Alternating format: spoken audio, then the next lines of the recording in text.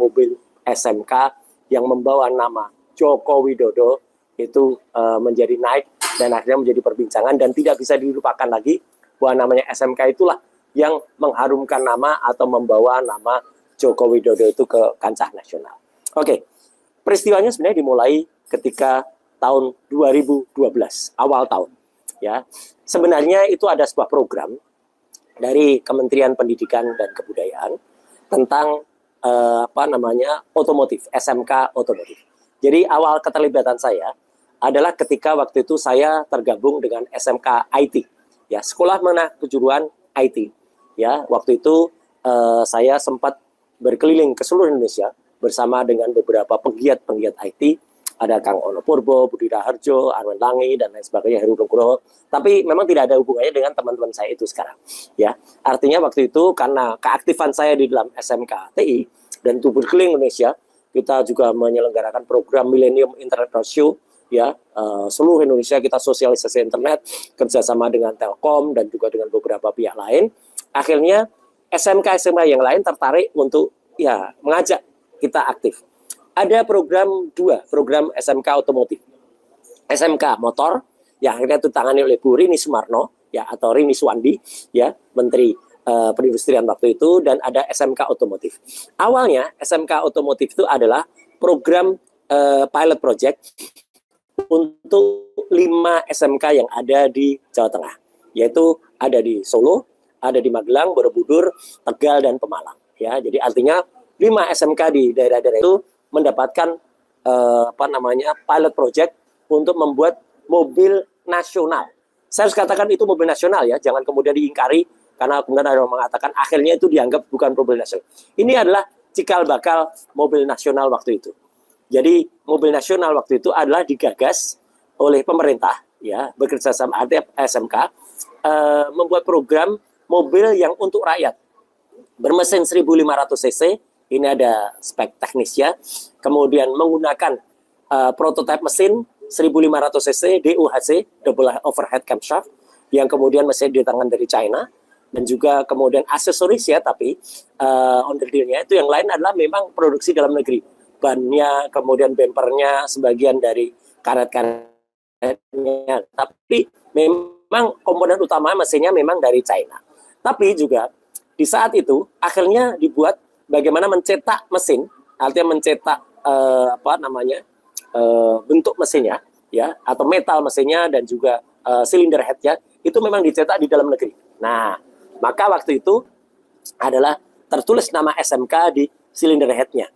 Jadi ini benar, memang ada tulisan SMK pada mobil 1.500 SMK, ya. Dan saya harus cerita sejujurnya, memang di antara 5 tempat itu yang kemudian paling bagus karyanya adalah SMK Solo.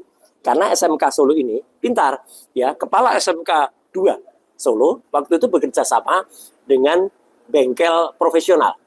Nama pemilik bengkelnya adalah Pak Haji Sukiyat yang ada di perbatasan antara Klaten dan Solo, ya. Jadi waktu itu akhirnya Pak Haji Sukiyat yang membentuk bodinya, maka bodinya bagus karena bodinya profesional. Maka dari itu kalau diingat sejarahnya, ya, waktu itu nama mobilnya bukan hanya SMK, tapi ada nama Kiat SMK, ada nama Kiatnya. Nanti akan saya tunjukkan. Nama Kiat itu ternyata dihapus, ya, pada perjalanan SMK-nya. Ini juga sebenarnya agak-agak tidak bagus, ya, karena sejarahnya itu adalah nama Pak Kiat harusnya ada di dalam itu. Nah, apa buktinya yang ada? Jadi waktu itu di bengkel Pak Kiat, ya, yang ada di Delanggu itu, ya, perbatasan antara Klaten dan Solo itu. Inilah mesin yang tadi di gambar itu sudah ada. Ini memang mesinnya benar ada, ya, mesinnya rakitan ya, bukan produksi karena mesin ini aslinya dari China. Kemudian ada anak-anak SMK yang kemudian merakit ini. Nah, di sisi yang lain kemudian bertempat di STC atau Solo Technopark, ya, di bawah pimpinan Pak Wakil Wali Kota Solo waktu itu, atau FX Rudi Hadiatmo, ya, itu kemudian direkrutlah anak-anak sekolah menengah kejuruan untuk membuat ini. Dan saya ada di tengah-tengah itu. Saya terlibat di dalamnya karena kemudian di sini kelihatan benar. Ini sejarah yang ada dan tidak bisa dihilangkan. Jadi kita merancang itu, kemudian kita membenarkan bagaimana pemasangan, misalnya ada masih pakai platina ya, kemudian ada yang pakai kondenser, tapi ada juga yang sudah menggunakan injection ya. Jadi artinya memang itu ada beberapa varian waktu itu yang ada. Jadi di sini kelihatan jelas bagaimana produksi dari mesin SMK dan body SMK-nya ya. Kenapa bisa bagus? Ya itu tadi. Karena ini di bawah bimbingan dari Pak Haji Sukiyat. Nanti ada gambar Pak Haji Sukiyat. Ya, jadi ini adalah guru-guru SMK, sekolah menengah kejuruan yang ada. Ini juga ada foto dari adik-adik pembuat SMK, dan saya foto bersama dengan mobil SMK waktu itu. Jadi SMK waktu itulah SMK Raja Wali. Ya, jadi waktu itu ada nama Raja Wali, ada nama Dikdaya, ya, tapi belum ada nama Bima. Nanti berikutnya baru ada nama Bima. Inilah bukti juga bahwa kemudian mobil pertama saya menandatangani di kap mesinnya. Jadi saya sempat bikin tanda tangan di kap mesin mobil SMK. Ini sejarah yang tak bisa hilang. Penandatangan yang lain waktu itu adalah Menteri Pendidikan, ya, kemudian Presiden waktu itu Pak SBY, ada nanti waktu Pak SBY tanda tangan, dan juga Ketua DPR waktu itu Marzuki Ali. Kami menandatangani. Jadi tidak sembarangan orang yang menandatangani di kap mesin ini, karena mereka-mereka lain terlibat langsung. Dan ini ada Pak Haji Sukiyat, ya, bersama dengan saya, bersama salah satu siswa SMK yang merancang itu. Dan itulah akhirnya mobil ini digunakan publikasi yang besar-besaran oleh Wali Kota Solo waktu itu, namanya Joko Widodo. Apa keterlibatan Joko Widodo? Ya numpang ini, numpang mobil SMK. Jadi sekali lagi, program SMK itu adalah program Kementerian Pendidikan dan Kebudayaan. Jokowi itu numpang mobil SMK, tapi memang dia sifatnya karena memang neton kelahiran Nebulegi ya, tricky. Jadi pintar banget dia menumpang isu ini, sehingga ketika isu ini menjadi nasional, mobil SMK inilah yang mengantarkan Joko Widodo itu menjadi tokoh nasional. Waktu itu Jokowi belum siapa-siapa, baru seorang wali kota Solo yang akan berangkat ke Jakarta dan mencalonkan jadi Gubernur DKI Jakarta. Dan dengan mobil SMK dia menumpangnya. Dan nanti akan kelihatan banget bagaimana penumpangannya Jokowi itu terhadap program mobil SMK ini. Karena waktu itu adalah memang dia akan mencalonkan diri sebagai Gubernur DKI Jakarta. Kita lihat sebentar interiornya semua. Bagus interiornya. Ya karena buatan Cina.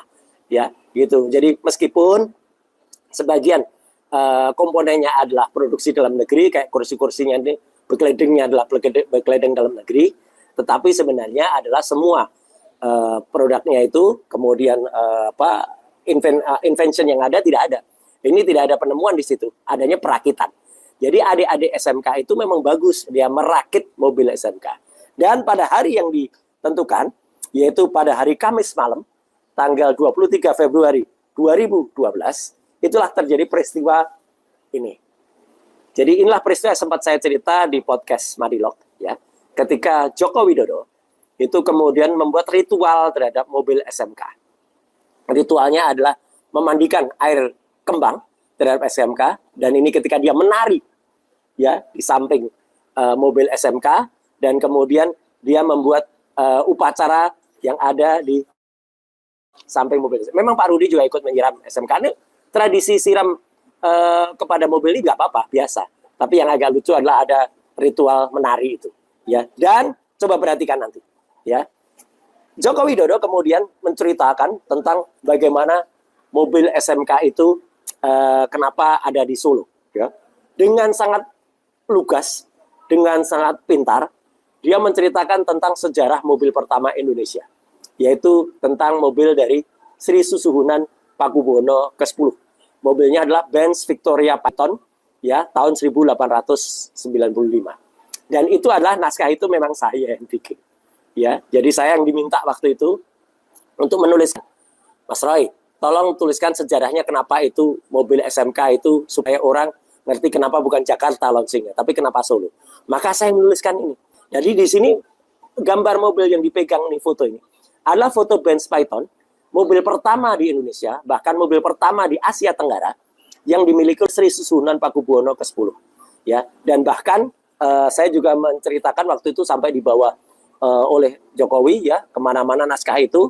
Dan kalau kita cerita sedikit, ya, tentang mobil pertama Indonesia itu sampai di sini ada gambar, di samping gambar Sri Susuhunan, di sini ada gambar seorang berpakaian Jawa. Ini adalah alasan ketika waktu itu Jokowi tanya, alasannya apa Mas? Nanti kalau ditanya, kalau Mas Roy jadi sopirnya dari orang Jogja. Ini adalah sopir pertama di Indonesia, namanya yang memiliki Rebues. Rebues itu adalah SIM, surat izin mengemudi pertama di Indonesia, namanya Pak Ponco Pratomo. Pak Ponco Pratomo inilah adalah orang pribumi pertama yang memiliki surat izin mengemudi atau Rebues waktu itu. Nah, tentang mobil pertama Indonesia, sejarahnya begini. Jadi waktu itu Sri Susuhunan Pakubuwono ke-10 itu memang orang yang sangat luar biasa. Beliau raja yang sangat kaya, raja Jawa beneran ini, ya. Dan beliau memang sangat-sangat futuristik ya, sangat visioner. Pengen sebagai raja pertama yang punya kereta tanpa mesin pertama. Ya, akhirnya beliau mendatangkan langsung dari Benz, dari Jerman. Dan itu diimpor langsung bersama 2 orang. Jadi bukan hanya mobilnya yang diimpor, 2 orang diimpor, 1 sopir, 1 mekanik. Saya sampai menelusuri sejarah keturunan dari sopir dan mekanik dari sampai makamnya juga ketemu ya, keturunannya ada di Bogor. Karena ini Benz Victoria yang bertenaga hanya 3 daya kuda waktu itu. Dan kemudian sayangnya, mobil Benz Victoria ini itu tahun 1934 itu kemudian sempat akan diikutkan pameran di Rai Otomotif di Eropa, dan ini ketika dikapalkan dari Pelabuhan Tanjung Emas Semarang, tapi akhirnya setelah sampai di Eropa beberapa tahun di sana Indonesia merdeka. Jadi karena kita merdeka tahun 1945, maka mobil ini tidak pernah pulang ke Indonesia. Jadi mobil ini akhirnya tidak pernah pulang, tetapi alhamdulillahnya saya berhasil menemukan mobil ini kembali, yaitu ada di salah satu museum di Belanda, ya, di Lauman Museum namanya. Dan ini adalah foto yang sangat eksklusif. Jadi ini pertama kali, ya, saya tampilkan juga foto ini. Dan ini adalah diakui oleh pemilik museumnya, ya. Tidak ada orang yang boleh menyentuh kereta ini, karena mereka tahu kereta ini atau mobil ini adalah mobil yang sangat-sangat unik, sangat orang mengatakan keramat gitu ya. Itu dari Keraton Kasunanan Surakarta, ya. Dan kemudian saya, karena saya bisa cerita banget, saya malah diperbolehkan untuk naik. Tapi inilah yang membuat pengunjung museum itu, pemilik museum itu sangat-sangat appreciate, karena saya suruh naik di belakang, saya tidak mau naik duduk di belakang. Saya bilang, loh kenapa Anda nggak naik di belakang? Maaf, yang berhak duduk di belakang adalah raja dan permaisurinya. Saya orang biasa, saya hanya boleh duduk di depan sebagai sais atau sebagai kusir atau sebagai sopir. Waduh, dia sangat-sangat mengapresiasi. Saya waktu itu memang pas kebetulan menjabat sebagai menteri ya di sini, dan saya waktu itu diantar ke sana oleh Dubes Belanda waktu itu, ya, Ibu Retno Marsudi, ya, yang akhirnya sempat menjadi Menteri Luar Negeri Indonesia. Jadi Bu Retno juga sangat tahu cerita ini. Saya diantar ke Lauman Museum, dan kemudian saya satu-satunya orang Indonesia yang pernah menaiki kembali kereta ini dan dengan proper. Kita tahu etika, kita tidak naik di tempat duduknya Sri Susuhunan Pakubuwono, tetapi kita naik di tempat depan. Dan saya sudah punya rencana waktu itu ya, pemirsa Roy Suryo Official dan YouTube lain yang mungkin nanti akan merelay ini atau akan meneruskan ini, silahkan ya. Saya sempat menginginkan agar mobil itu dibawa kembali ke Indonesia. Dan itu sudah pernah kami bicarakan secara G2G ya waktu itu di zaman pemerintahan Pak SBY ya, dengan Kementerian juga Luar Negeri dan juga pemerintahan di Belanda waktu itu, dan kami sudah sampai pada pembicaraan, sampai saya waktu itu sudah sempat berkomunikasi dengan sangat baik oleh petinggi nomor 1 Mercedes-Benz Indonesia ya, Pak Cudokoi ya. Jadi waktu itu saya sudah sempat berkata untuk bisa membawa pulang, tapi sayang waktu itu pemerintahan berganti dan kemudian kita tidak lagi bisa meneruskan ini. Sayang banget. Ini adalah foto gambar Pak Ponco Pratomo, orang Indonesia pertama yang memiliki SIM ya. Dan ini adalah Sri Susuhunan Pakubuwono dengan mobilnya yang lain. Jadi ini mobilnya beliau yang sering dipakai untuk keliling Jawa ya, itu beliau pakai mobil ini ya, bukan Benz Python, karena Benz Python adalah mobil pertama yang sayangnya sudah tidak lagi ada di Indonesia. Nah, kita kembali ke perjalanan SMK ya. SMK itu jalan dari Solo ke Jakarta itu pada hari Jumat tanggal 24 Februari 2012 dari Solo Technopark, dan ini adalah yang pernah saya katakan juga di Madinong. Akhirnya mengendarai mobil itu memang hanya 2 orang plus kru di belakang. 2 orang itu adalah Pak FX Rudi Adiatno dan saya. Jokowi di mana? Jokowi nggak ikut. Jokowi ternyata naik pesawat dari Solo menuju Jakarta. Ya, jadi berita tentang Jokowi naik SMK dari Solo ke Jakarta itu tidak pernah ada. Tidak pernah benar itu. Karena akhirnya yang berangkat memang Jokowi yang kemudian memberi aba-aba petunjuk. Tapi akhirnya yang berangkat adalah kami. Dan kamilah yang berangkat, dan kami sempat mampir di Tegal ya, dan Pemalang waktu itu. Kemudian ini ketika saya dan Pak Rudi mengisi bahan bakar waktu itu di Pantura. Harap diingat loh, perjalanan kami ke Jakarta itu masih belum ada tol. Ya, jadi masih melalui jalur Pantura yang terkenal sangat angker, apalagi malam hari. Ya, angker itu apa? Karena selain melewati Alas Roban, kita melewati jalur maut ya, karena kadang-kadang bis malam itu berjalan tidak pada jalurnya. Sudah ada divider tengah jalan aja, dia jalan di kanan. Ya, tapi ya alhamdulillah meskipun ada sedikit trouble di jalan, ya waktu itu ada koplingnya yang sedikit terlepas, kemudian posisi rem dan gas itu terlalu dekat dan lain sebagainya, kita bisa perbaiki. Alhamdulillahnya kendaraan ini sampai di Patung Tugu Proklamasi ya pada Sabtu dini hari sekitar jam 3 jam 4 pagi ya. Dan setelah itu kita keliling-keliling Jakarta ke berbagai media, dan ini adalah ketika sudah sampai Jakarta dan kita keliling. Ini foto yang sangat monumental memang, yang itu kemudian banyak disebarkan oleh teman-teman. Nyatanya dulu Anda akrab dengan Jokowi. Ya waktu itu kan memang dalam rangka mobil SMK, saya mendukung program mobil nasionalnya, bukan mendukung orangnya. Dan saya memang agak terus terang kaget ya, karena ternyata Joko Widodo hanya menggunakan nama SMK ini untuk pencitraan dia, ya, untuk kemudian dia numpang ngetop dengan mobil ini dan membawa dia untuk masuk kepada suksesi pilkada gubernur DKI Jakarta. Ini yang sangat disayangkan. Dan setelah itu ya kami tetap berjuang dengan mobil itu. Jadi hari Seninnya pada tanggal 27 Februari 2012 ya, waktu itu saya menungguin betul itu di Balai Uji Termodinamika Motor dan Propulsi ya, BPPT yang sekarang Serpong ya, yang sekarang menjadi kantor BRIN ya, untuk tes uji emisi. Saya dan Pak Rudi lah yang kemudian menunggu SMK itu ya. Pertama nggak lolos karena ada kekurangan di catalytic converter, gara-gara bensin di Indonesia atau BBM di Indonesia kebanyakan gam atau kebanyakan kotorannya. Sudah akhirnya kita coba kita ganti dengan catalytic converter yang lain, dan akhirnya lolos. Jadi akhirnya itulah perjuangan kita untuk sampai kepada SMK ini agar kemudian bisa lolos uji emisi dan akhirnya lolos. Dan akhirnya apa? Ini adalah kejadian pada tanggal 27 Februari ya, tahun 2012 waktu itu. Jadi benar-benar kita yang berjuang, tapi akhirnya Pak Rudi juga waktu itu kaget ya, karena melihat piye to iki gitu ya. Artinya gimana toh ini?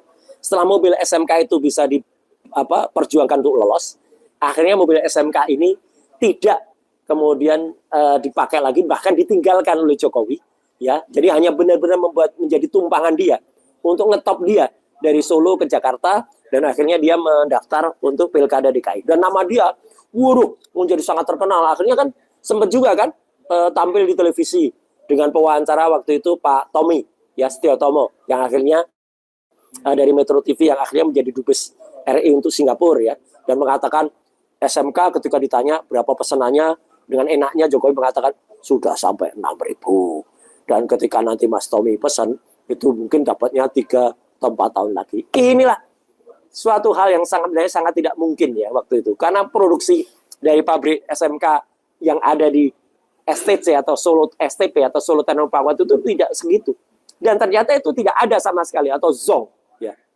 Tapi menurut saya crazy-nya lagi ya, dengan trikinya, sekali lagi orang Rabu Legi itu memang tricky.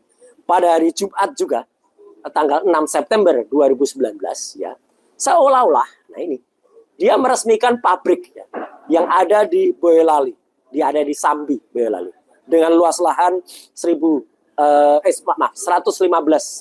meter persegi dengan bangunan 12.000 meter persegi dan kapasitasnya katanya 12.500 unit. Tapi faktanya sebenarnya mobil yang didatangkan dia hanyalah mobil Cina. Ya, tidak ada produksi sama sekali mobil di situ. Ini benar-benar hanya mobil Cina yang didatangkan, kemudian diganti logo. Masih mending zaman era Tommy Soeharto atau Bambang Tri waktu itu, yang kemudian mengubah Hyundai menjadi Bimantara, atau waktu itu mengubah menjadi Timor, ya. Jadi waktu itu Kia menjadi Timor. Itu masih ada produksi, dan sampai sekarang kita masih melihat adanya Bimantara Nenggala atau itu Hyundai, ya. Atau kita masih melihat Kia atau sekarang menjadi Timor, ya, S515 itu ada di jalan, ya. Kalau kita lihat ini faktanya, ya. Jadi faktanya sebenarnya mobil SMK itu adalah hanya mobil China, ya, mobil China. Jadi di sini ada mobil Chang'an. Jadi ini Chang'an, tapi kemudian dirubah menjadi SMK Bima. Ini mobil Cina, cuma diubah logonya. Jadi kalau Anda beli mobil SMK Bima, itu beli mobil Cina mereknya Chang'an. Atau ini Fudai, mobil Fudai, yang kemudian dirubah menjadi SMK Digdaya. Jadi ini apa kalau dikatakan bukan palsu? Saya terus terang kaget banget ya kalau melihat kelakuan ini sekarang. Karena ini sudah jauh di luar cita-cita SMK waktu itu. SMK waktu itu benar-benar dibuat ya dengan sumber daya Indonesia yang benar dan memang dengan mesin yang benar. Artinya apa? Itu rakitan ada, bukan kemudian mengimpor mobil Cina kayak gini.